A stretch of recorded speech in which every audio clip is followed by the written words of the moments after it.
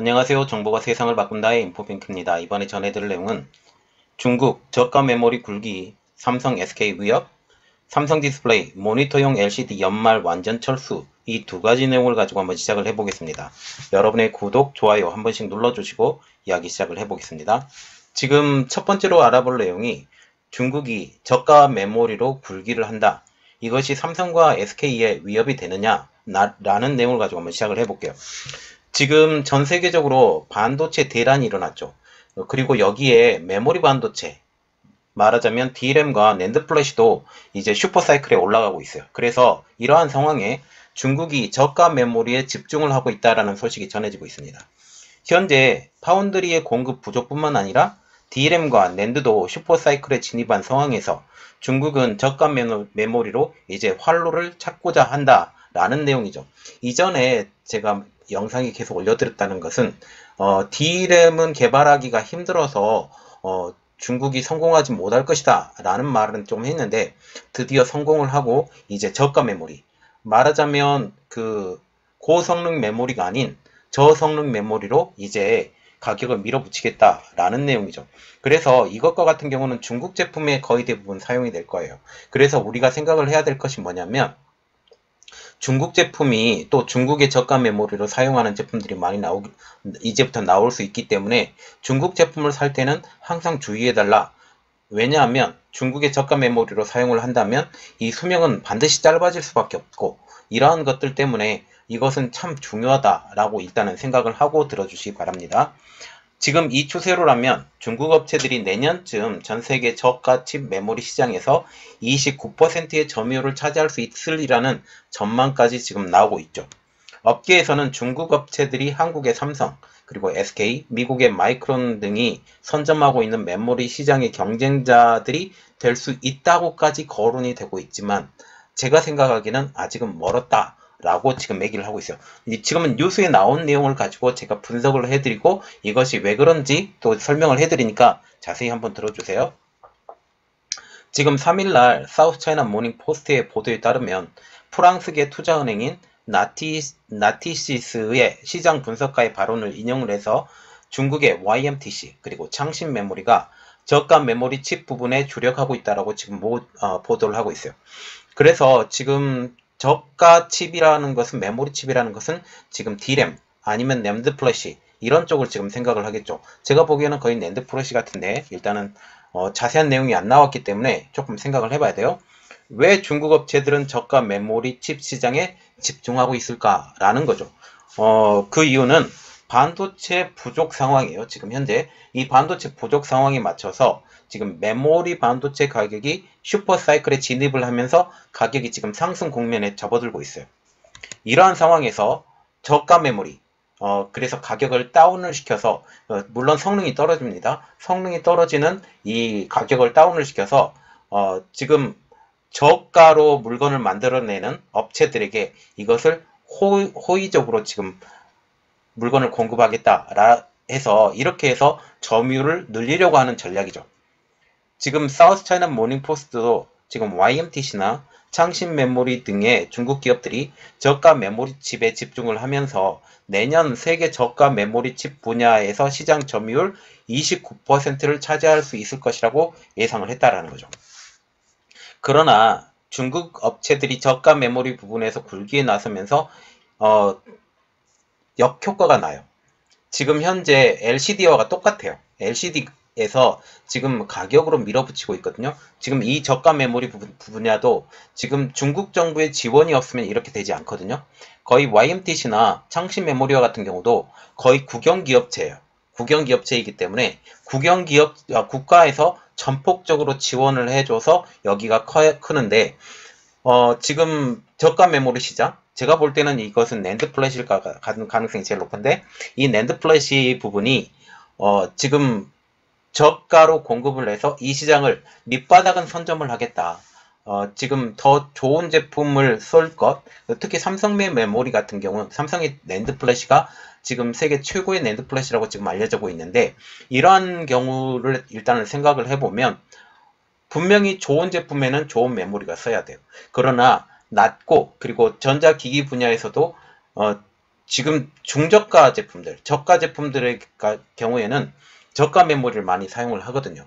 그래서 이 저가 메모리를 사용을 하면서 중국의 저가 메모리, 물론 수명도 짧아요. 수명도 짧고 기능도 짧고 이러한 것들이 있지만 일단은 가격을 맞추는 것이기 때문에 그래서 이 가격으로 지금 밀어붙이게 되면 LCD도 마찬가지로 이 가격으로 밀어붙여서 가격으로 이제 평정을 해버려서 지금 LCD 이 패널 시장을 선점을 했던 것처럼 또한 저가 메모리 시장도 이렇게 선점을 하겠다라는 내용이죠.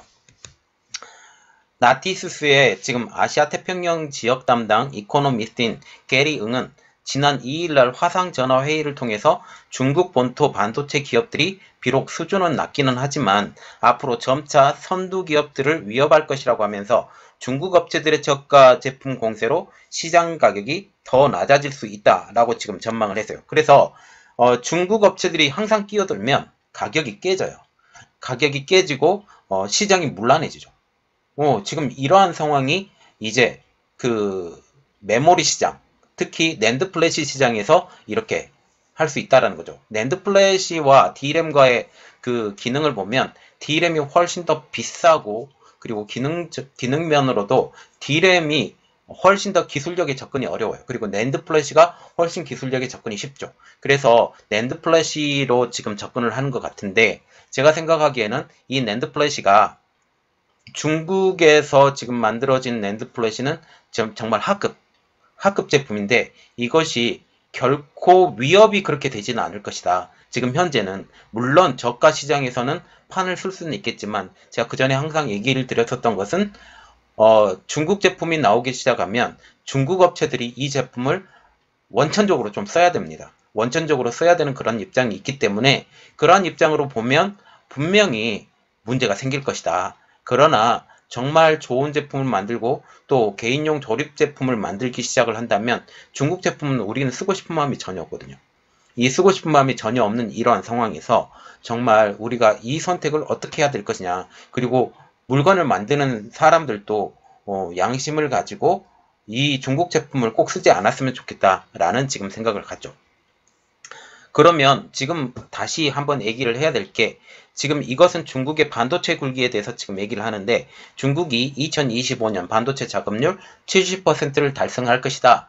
지금 중국 제조 2025와 함께 중국 반도체 굴기가 있는데 이것은 성공할 것이냐? 일단 결론을 말하면 불가능하다는 거죠. 중국은 6년 전부터 막대한 자본을 집중을 하면서 반도체 분야를 계속적으로 투자를 하고 있었어요. 중국은 지난 2015년이죠. 2015년에 2025년까지 10년 내 자국 제조업을 독일과 일본 수준으로 끌어올리는 Made in China 2025, 말하자면 중국 제조 2025를 발표를 했죠. 이 중 반도체 분야에서 벌써 170조 원의 금액을 쏟아부었어요. 구체적으로 2025년까지 반도체 자금률 70%를 달성한다라는 전략이었습니다. 이를 위해서 전문 인력의 양성, 그리고 전문 인력의 확보, 그리고 미국, 일본, 유럽 반도체 기업들의 인수합병 추진, 이것을 계속적으로 했거든요. R&D도 하고 M&A도 하고 이러한 것들을 다 추진을 했었는데 중국의 이러한 계획은 미국을 비롯한 여러 나라들의 제재로 거의 수포로 돌아가고 있어요. 특히 미국의 반발이 가장 심하고 있죠. 또한 아직까지 기술 수준이 한국, 대만, 미국 등 반도체 강국과 비교해서 매우 열세입니다. 업계에서는 현 상황에서는 중국의 반도체 자금률 70% 2025년까지 불가능하다라고 보고 있다는 거죠. 그 배경에는 미국이 있습니다. IC인사이트의 자료에 의하면 2025년까지 중국의 반도체 자금률은 19%로 전망하고 있어요. 제가 지금 언급하고 있는 미국이 있다라는 것은 지금 대표적인 그 제재 대상에 걸렸던 회사가 어디예요? 화웨이. 예, 화웨이도 지금 반도체를 만드는 팹리스 업체가 있어요. 하이실리콘이라고. 이 하이실리콘을 완전히 제재를 걸어서 지금 완전히 망가뜨렸고, 칭화 유니 그룹에 유니SOC라는 그룹이 있습니다. 지금 유니SOC도 지금 칭화 유니를 완전히 쳐서 거기도 완전히 망가뜨려 놓은 이러한 상황이죠. 이렇게 하고 또 SMIC도 있죠. SMIC도 미국 제재에 딱 걸려 있어요. 이렇듯 미국의 제재에 딱 걸려 있는 회사들이 지금 화웨이의 하이실리콘, 그리고 유니SoC, 그리고 SMIC 이러한 대표적인 기업들이 다 미국의 제재에 걸려져 있기 때문에 지금 너무너무 힘들다 이런 것을 볼 수가 있습니다. 여기에 지금 중국에서 반도체를 생산하고 있는 TSMC, 삼성전자, SK하이닉스 등 해외 기업의 매출을 제외하면 중국 내에서 2025년의 자금률이 한 10% 안팎? 이 정도에 그칠 것으로 보고 있어요. 그러면 다시 본론으로 돌아와서 중국의 저가 반도체 공세는 성공할 것인가? 이게 삼성하고 SK의 위협이 될 것인가? 라는 거죠. 제가 보기에는 아니다. 왜냐하면 중국의 저가 반도체 공세의 성공은 지금 반도체 부족 현상이 얼마나 오래 가느냐에 따라 달려 있어요. 지금 반도체 부족 현상은 당분간 지속될 것으로 보고 있습니다. 이로 인하여 중국의 저가 반도체 공세는 반도체 부족으로 그리 큰 영향이 없을 것이다. 왜냐하면 중국의 반도체를 받는다 할지라도 지금 반도체 수요 자체가 너무 딸리는 상황이에요. 너무 딸리는 상황에서 지금 가격이 올라가고 있는 상황이거든요. 낸드 플래셔 같은 경우도 하반기 올라간다고 지금 얘기가 나올 정도로 지금 상황이 어려워져 가고 있는데, 이 상황에서 이들이 한다고 할지라도 물론 가격은 좀 흐려지겠습니다. 가격은 저가 쪽에서는 흐려지는데 좀 좋은 제품에 대해서는 흐려지지 않을 가능성이 높아요. 그래서 지금 SK나 지금 삼성이나 마이크론이나 아니면 키옥샤 이런 곳에서 그렇게 그다지 큰 영향이 없을 것으로 보이고 있다는 거죠. 시장조사업체 가트너의 5월 보고서에 따르면 반도체 공급 부족 사태는 내년 2분기까지 지속될 것으로 내다보고 있고, 골드만삭스도 이 추세가 2023년까지 지속된다고 봤습니다.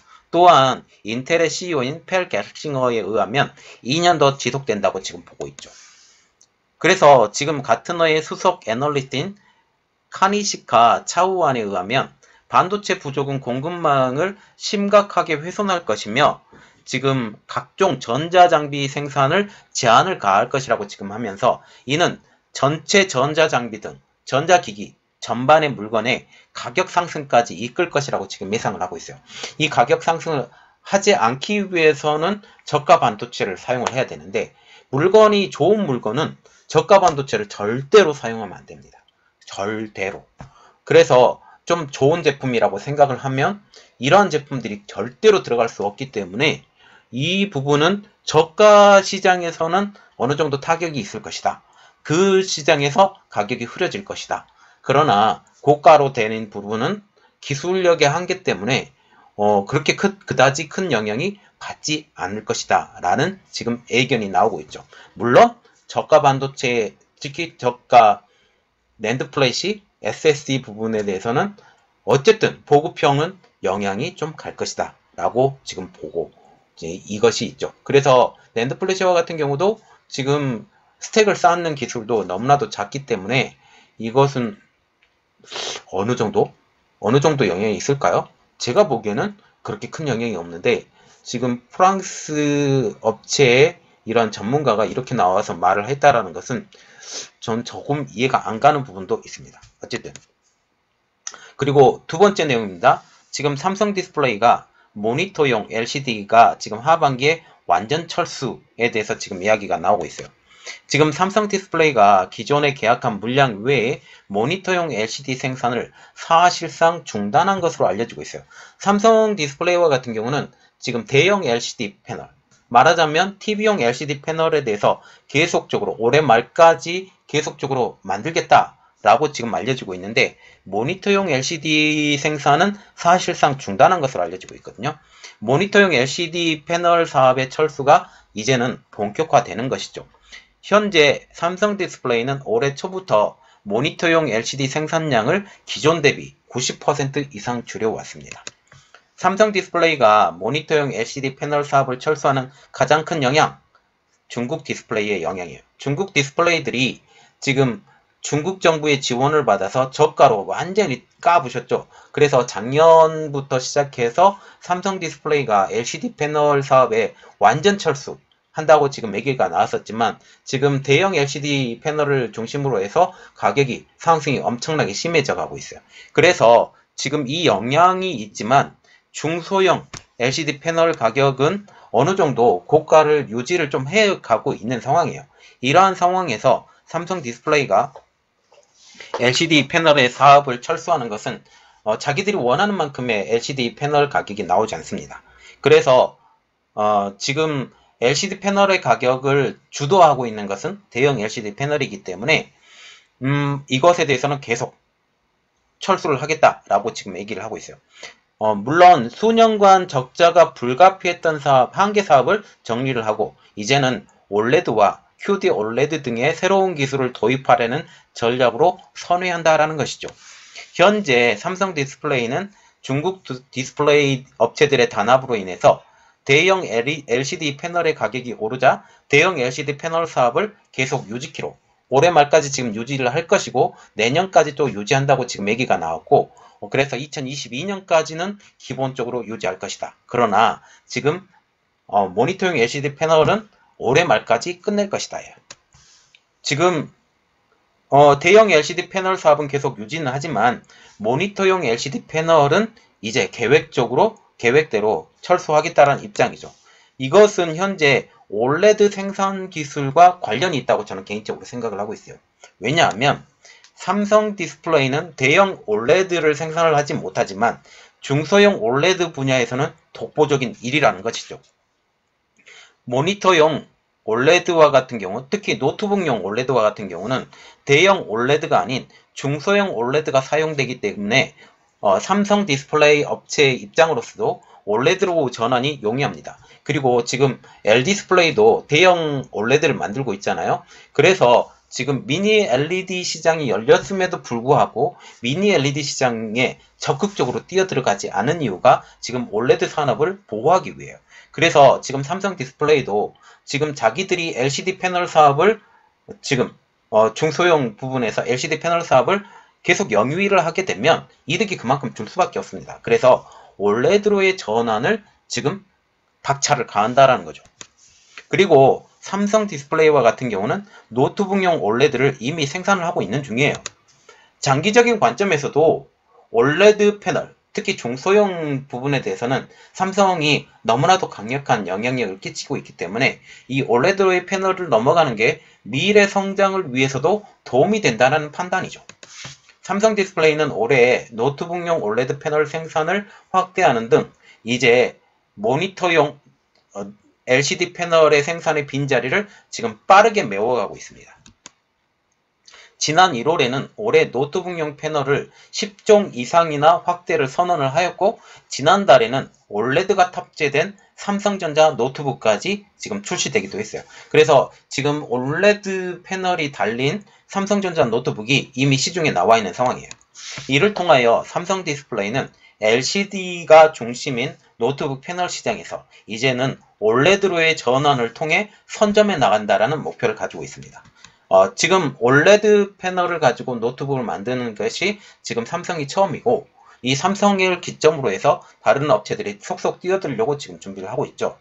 디스플레이 업계 관계자도 삼성 디스플레이가 LCD는 연장을 하지만 대형 LCD요. 이는 주로 TV용이고 대형 LCD에 해당한다며 노트북용 LCD 생산은 철수했다고 보는 게 맞다라고 지금 얘기를 하고 있어요.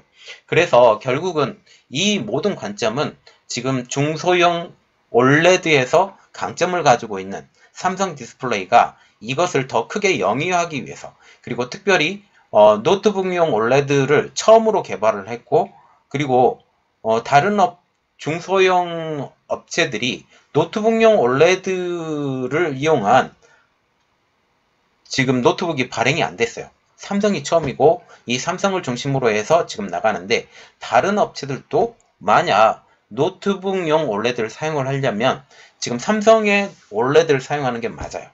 아니면 LG의 OLED를 사용하는 게 맞죠. 왜냐하면 이 삼성과 LG가 애플에서 승인을 받을 정도로 지금 기술력이 굉장히 좋다고 지금 됐기 때문에 특별히 이들은 지금 태블릿 PC용 OLED까지 이 애플에 공급한다고 2023년도에부터는 완전히 아이패드가 전부 다 OLED로 바뀌는 이러한 시간이 지금 되면서 장기적으로 보면 노트북용도 OLED로 전환을 하는 게 맞아요.